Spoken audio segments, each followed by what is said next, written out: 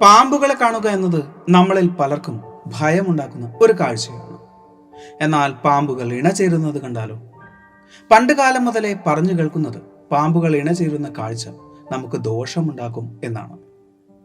ചിലരെങ്കിലും ചിന്തിക്കുന്നുണ്ടാവും, ഇതെങ്ങനെയാണ് ഒരു തെറ്റിദ്ധാരണയാവുന്നത്, ഇതൊരു അന്ധവിശ്വാസമല്ലേ എന്ന്.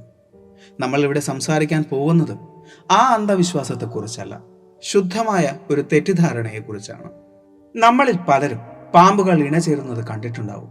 ശരിക്കും വളഞ്ഞ് പുളഞ്ഞ് ചുറ്റിപ്പിണഞ്ഞ് കാണുമ്പോൾ തന്നെ വശ്യമായ ഒരു കാഴ്ച. എന്നാൽ യഥാർത്ഥത്തിൽ ഇത് പാമ്പുകൾ ഇണചേരുന്നത് തന്നെയാണോ? അല്ല എന്നതാണ് ഉത്തരം.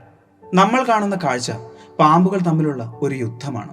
അതിനെ ടെറിട്ടറി ഫൈറ്റ് എന്നാണ് അറിയപ്പെടുന്നത്. ഒരു പ്രദേശത്ത് ഒരേ വർഗത്തിലുള്ള രണ്ട് പാമ്പുകൾ ഉണ്ടാകാൻ പാടില്ല എന്നതാണ് അവർക്കിടയിലുള്ള അലിഖിതമായ നിയമം. ആ ടെറിട്ടറി ഫൈറ്റിൽ തോൽക്കുന്നതാരോ അവൻ ആ പ്രദേശം വിട്ട് പോയിക്കൊള്ളണം. ഇതുകൊണ്ടാണ് പലപ്പോഴും ഒരു പ്രദേശത്ത് ഒരു പ്രത്യേക പാമ്പിനെ നമ്മൾ കാലങ്ങളായി കാണാറുണ്ട് എന്നൊക്കെ പറയാറില്ലേ, അത് സംഭവിക്കുന്നത്. ഇങ്ങനെ ടെറിട്ടറി ഫൈറ്റ് എന്നത് ചേര മുതൽ മൂർഖൻ വരെയുള്ള എല്ലാ വംശത്തിലുള്ള പാമ്പുകൾക്കും ബാധകമാണ്.